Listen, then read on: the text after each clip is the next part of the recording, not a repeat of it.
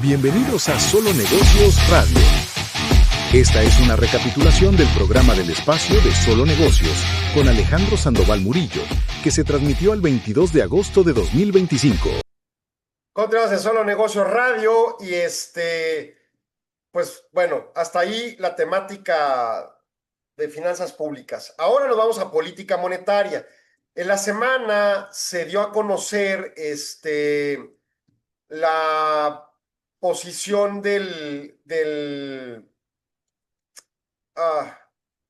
se llama el Banco de México en minutas, o sea, las minutas del Banco de México, ¿no? Es la que se dieron a conocer. Y luego se dio a conocer las minutas de la Reserva Federal y hoy en la mañana Jerome Powell, presidente de la Reserva Federal, hizo un anuncio, bueno, hizo su conferencia en Jackson Hole, es una ciudad en Kansas, en donde pues es como una reunión anual, estamos regresando al aire en 1300, y en esa reunión anual, pues básicamente es muy esperada, se hacen muchas conferencias de política monetaria, y ante el entorno, uno, de la complejidad económica en Estados Unidos, ante la problemática de los aranceles, y dos, pues un cierto grado de morbo, si así se permite el concepto, sobre la posición política de pues el gobierno de Trump y la política monetaria de la Reserva Federal. Y tres, pues el contexto global con respecto a la situación de precios, tasas y aranceles, pues obviamente es fundamental estar atento de este asunto, ¿no? Entonces, vámonos con las minutas del Banco de México. ¿Qué nos dice primero el Banco de México? El pasado 7 de agosto se reunieron y tomaron la decisión de bajar en 25 puntos base la tasa, no haciéndolo en los 50 puntos base que venían haciendo, ¿no? Entonces, ¿qué se discutió y por qué se llegó a esa discusión? El entorno económico externo mostró un crecimiento global ligeramente mayor al segundo trimestre de 2025, aunque señales de desaceleración con algunas economías avanzadas y emergentes y una tonía continua en el sector manufacturero. El crecimiento de la economía de Estados Unidos repuntó en el segundo trimestre, impulsando por las exportaciones netas, aunque el consumo y el mercado laboral mostraron una desaceleración. A nivel global, la inflación registró movimientos mixtos, con un aumento en algunas economías avanzadas y la inflación subyacente mostrando resistencia a disminuir. La Reserva Federal mantuvo su tasa de interés sin cambios, aunque con una decisión dividida. Y dividida no es así como que mitad y mitad. Dos personas pidieron mover la tasa y no la movieron. De 12, ¿eh? Y se espera que retome el ciclo de recortes en algún momento dado en el año. En México, la actividad económica creció más de lo esperado en el segundo trimestre, con una expansión del PIB trimestral de 0.7, impulsado por un sector industrial y una reactivación de las actividades terciarias. A pesar del repunte, la Junta considera que la economía tiene un bajo dinamismo y prevalecen condiciones de holgura, con la brecha de producto en terreno negativo, o sea, el espacio de una desaceleración marcada. Respecto a la inflación general disminuyó 4.49 en junio a 4.15 en julio. La subyacente bajó y a un ritmo más lento. Los miembros de la Junta señalan que los choques de la oferta afectan a los precios en alimentos y los riesgos para la trayectoria de inflación se mantienen con sesgo al alza, menos pronunciado que en los años anteriores, que estaba el ciclo inflacionario terrible, ¿no? Los pronósticos indican que la inflación general convergerá a la meta del tercer trimestre de 2026, o sea que se logrará el 3% hacia octubre de 2026. La reciente apreciación del peso ayuda a contener las presiones inflacionarias. La Junta de Gobierno decidió por unanimidad mantener sin cambios la tasa de interés. No, no es cierto, no fue por unanimidad. Esto es un error del resumen. Es por mayoría y la bajaron en 25 puntos base. Y se considera que, si bien ha disminuido la inflación, las expectativas a largo plazo todavía están ancladas con ligeros sesgos, sobre todo los de largo plazo, y la persistencia de la inflación subyacente y riesgos futuros, como asociados en la incertidumbre de política monetaria comercial de Estados Unidos, aconsejan cautela. La decisión busca consolidar la tendencia desinflacionaria y asegurar una convergencia de la inflación hacia el 3%, como es la meta formal del Banco de México. La Junta de Gobierno entonces toma esa determinación. Ahora, vamos a comentar lo planteado por la Reserva Federal. En las minutas de la Reserva Federal, la Reserva decidió no mover su tasa y entonces vamos a ver qué discutieron. Los participantes de la reunión continuaron revisando la estrategia política monetaria, herramientas y prácticas de comunicación, observando un progreso importante en la revisión de la Declaración de Objetivos a Largo Plazo.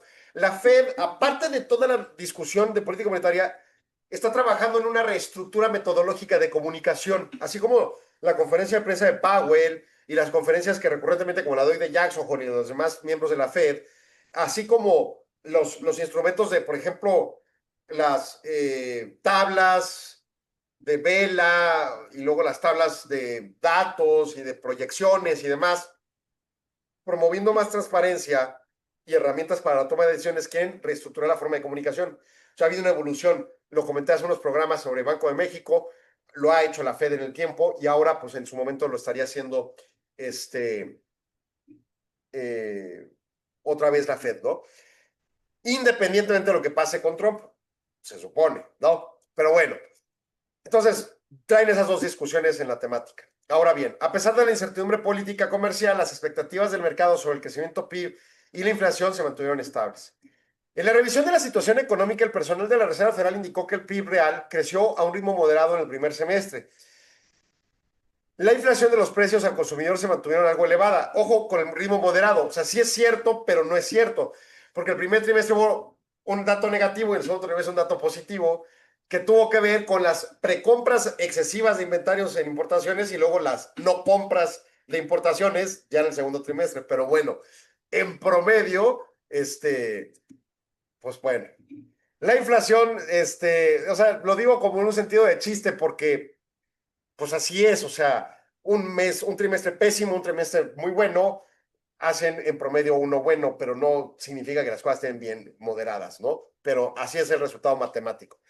La inflación de los precios al consumidor se mantuvieron elevados, la desinflación pareció estancarse, o sea, sí ha venido bajando la inflación, pero de repente ya no tanto. Con los aranceles hay presiones en los precios. El mercado laboral está sólido con una tasa de desempleo baja. Sin embargo, el crecimiento del PIB real en el segundo trimestre fue débil, a pesar de una contribución positiva de las exportaciones netas. O sea, digo, estuvo bueno, pero fue débil en la integralidad por inversión privada, por consumo y pues lo que aportó fue las exportaciones porque hubo una descompresión enorme de las importaciones nulificadas prácticamente. A nivel internacional se observó una desaceleración del crecimiento económico con los bancos centrales adaptando sus políticas monetarias.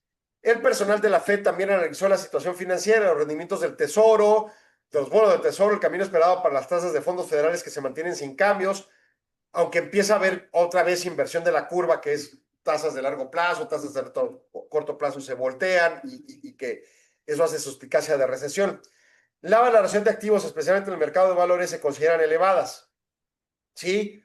Las bolsas integralmente en todo el plazo de tiempo tienen buenos resultados que se pudieran concebir sobrevaloradas, ¿no?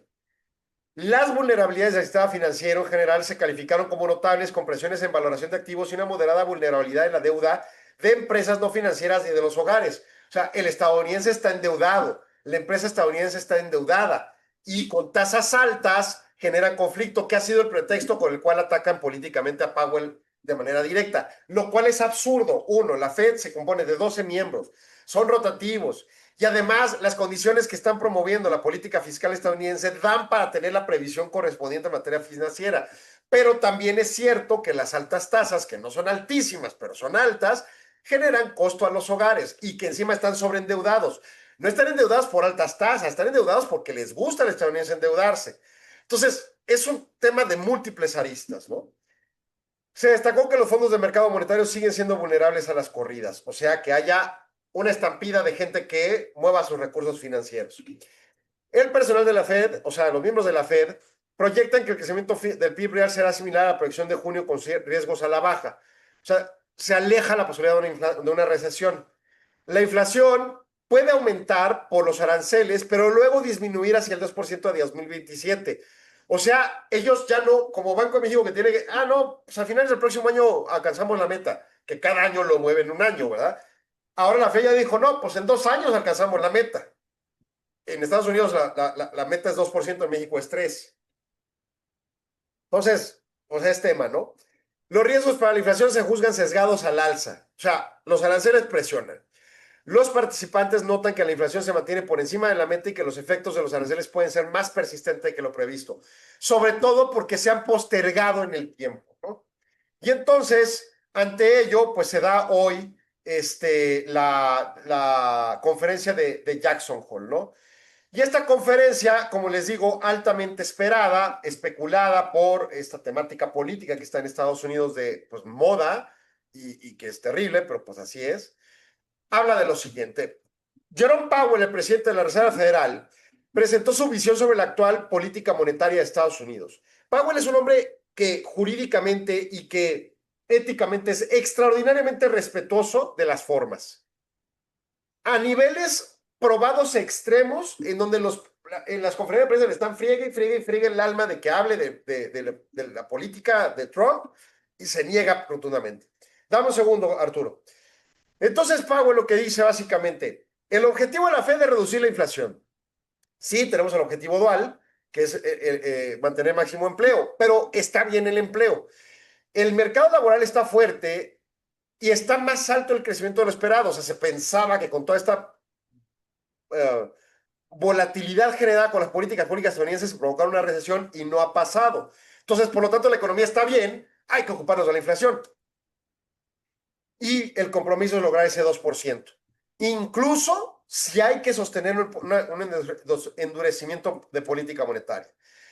Señala entonces que la inflación sí ha disminuido, pero sigue a niveles inaceptables, que el progreso de la reducción es prometedor, pero incompleto.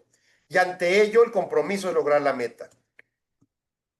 El presidente de la Fed plantea que no es la única fuerza que influye en la inflación el tema arancelario. Otros factores no monetarios también hay papeles que juegan. Enfatiza que la Fed no dudará en seguir incrementando lo que tenga que hacer con respecto al tema, pero también habló de la posibilidad de que baje en septiembre.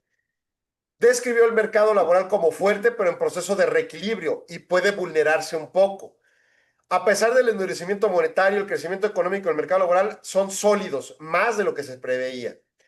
Sin embargo, la inflación es el principal problema y las tasas de interés se mantendrán elevadas por algún tiempo en una óptica amplia, aunque sí se considera que puede haber una disminución en la reunión de septiembre. Destacó que aunque la política monetaria restrictiva tiene un impacto significativo sobre la economía y obviamente tiene que estar atento a ello. Pues así las cosas. Me llaman a corte, regreso en segundos, no se vaya, siga Solo Negocios. Agradecemos su atención. Solo Negocios Radio se transmite de lunes a viernes de 4 a 5 p.m. a través de Radio Mexicana 1300 AM de Ciudad Juárez o en nuestras redes sociales. Si gusta ver los siguientes segmentos, el programa completo u otros programas y segmentos, siga indicaciones en el texto adjunto o visite www.solonegocios.mx. Radio Mexicana, nuestras noticias, presentó.